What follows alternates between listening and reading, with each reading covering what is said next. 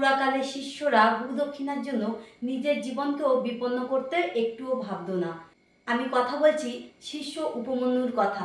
একদিন গুরুদেব শান্তিপন তার শিষ্য উপমন্যুকে কোনো রকম খাদ্য ছাড়াই তার গাভীসহ তাকে জঙ্গলে পাঠিয়ে দেয় এবং সাথে এও জানান যে আজ থেকে এই গাভী এবং নিজের খাবারের যোগান নিজেকেই যোগাতে হবে।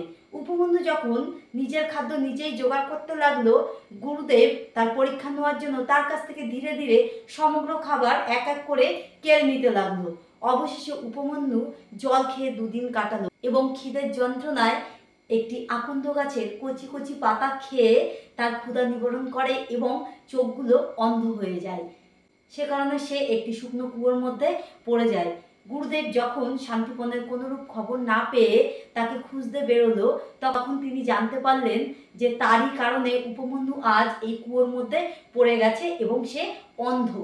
গুরুদেব উপমন্যুকে বলেন সে যেন স্বর্গের চিকিৎসক অশ্বিনী কুমার দ্বয়ের আরাধনা করেন। উপমন্যুর প্রার্থনা রাখা হয় এবং অবশেষে সে তার দৃষ্টিশক্তি ফিরে পায়।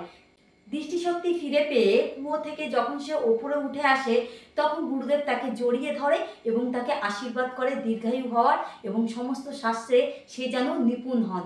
একজন শিষ্যের গুরুর প্রতি নিজেকে যেভাবে নিবেদন করে দিয়েছেন, এটাই হলো এই গল্পের মূল লক্ষ্য।